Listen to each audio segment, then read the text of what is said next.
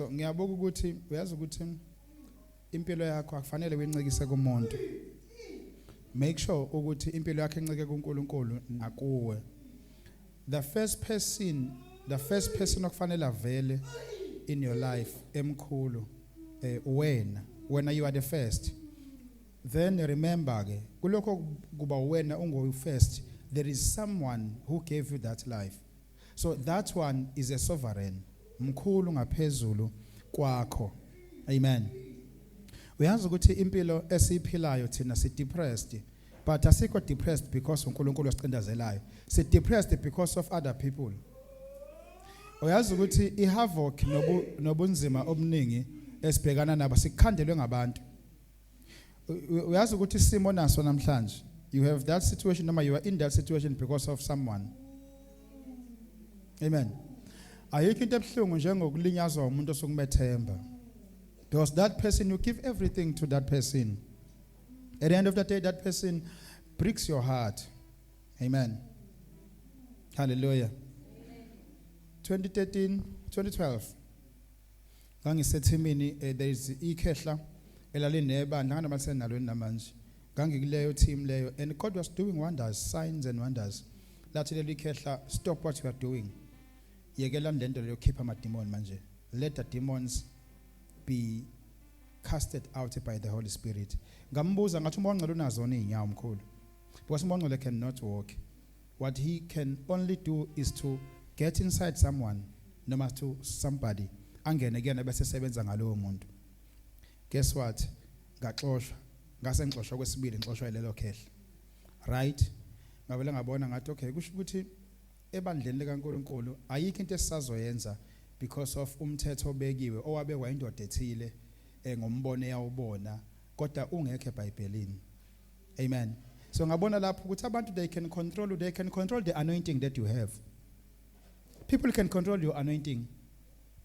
Amen. Angithi yabona le ngane njengoba ixhafaza ifone ishooter lapha ngiyamove mina la ayinginakile. So sofanele ngimcontrol ngoba she is doing something under my name. Amen. So once ke wavumela abantu ukuthi abantu ube ngaphansi kwabantu nomiyalo nomthetho abawubekile okwazi ukuthi you are the subject under their rule. Amen. Hallelujah. Ekseni uma ngabe ngivuka, I went to my altar, I prayed to God, and guess what? The reason why I decided ukuthi mangisenkingeni ngingayike uNkulunkulu ngoba ianswer ngiyithola akusiyo lena ngisuke ngiyifuna. Guess what? I prayed. While I was still praying, the Lord gave me answer ngayifoni. Amen. Kunento engidecide ukuyenza nenginqome ukuyenza, and the Lord said no, don't do that, do this. Ayi. Amen. And uyazi vele ukuthi ngeke ngiphike. And uyazi ukuthi if ngingenza ngenkani i-outcome yalapho ngeke zibe yinhle. So ngizama ukusho ukuthi ingcono irule kaNkulunkulu ngoba vele isuke izokuphilisa at the end of the day. But irule yomuntu kungenzeka ikuphilise, kungenzeka ikulahlekise. Hallelujah. Hallelujah. So ungavuma ukuthi the surroundings ekhaya, the friends, wherever emsebenzini bayirule impilo yakho bakutshela igqokani, idlani, khuluma nobani, fonela ubani, yenza ini kubani. Amen. Because they will destroy what is inside you. The only person who knows the dream is you. You are the dreamer of your dream. Amen. Never ever excavate a hole ngelinye ilanga that will swallow you. Amen. Ungalokothi umbe umgodi ngelinye ilanga uzogqiba wena. Hallelujah. Whomsoever that you come intact with, whomsoever that you get a hold of, study that person, learn the ways, the attitude, the atmospheres that mayingena kuona ebese learn, study that and see ukuthi ngempela this person is liable for me. Amen. Because today ibandla likaNkulunkulu liqhekeke phakathi. I want to say this. Ibandla likaNkulunkulu liqhekeke phakathi. Kahle kahle bebazana uma ngenilungisi asisakhonzi thina. Asisakhonzi thina. But we go to church because we need something from God. Hallelujah. We are no longer serving God. The heart of God is away from us. Amen.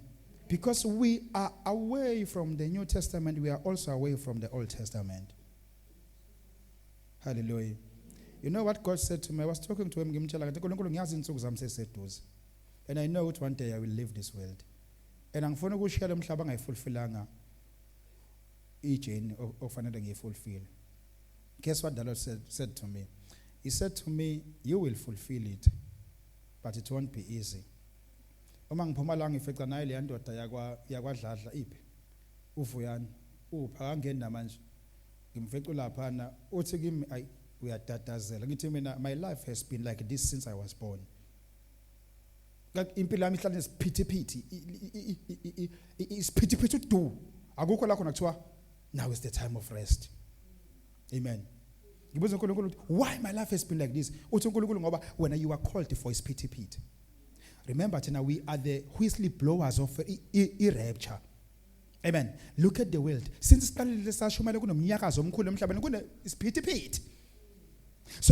so don't allow umuntu ozobusa akudrive up until uze uyilose wena.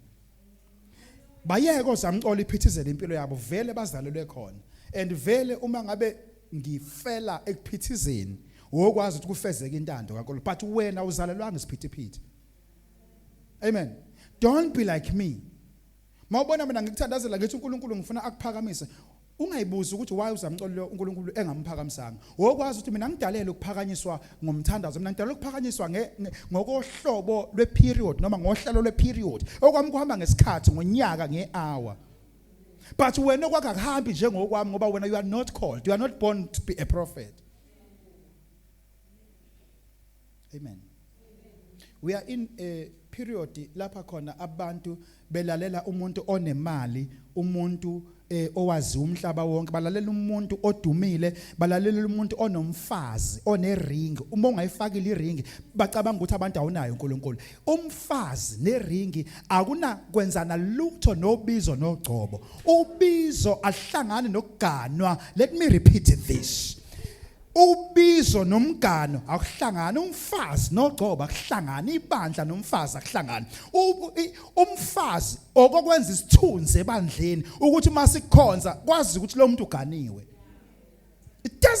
It has nothing to do with the heaven. Awuyi nomfazi ezulwini, awusebenzela umfazi ezulwini, awubizwa nomfazi, awugcotshwa nomfazi.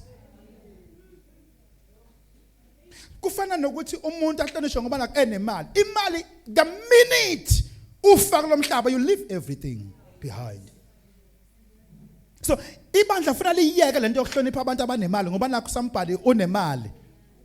Then they respect that person. Ukuba nemali doesn't matter. uNkulunkulu ufuna your soul. Today I'm here to teach about the kingdom of God. Hallelujah. Because ibandla kaNkulunkulu manje is shifting. Liyaphuma ekubambeni umbuso, ibandla liyabuya lizobamba umbuso wehlabathi kunokubamba umbuso wasezulwini. Because ihlabathi sonke masifa, imizimba ibola ehlabathini. So ihlabathi okwehlabathi kuyabola. The only thing that God needs is the spirit that is inside you. Hallelujah.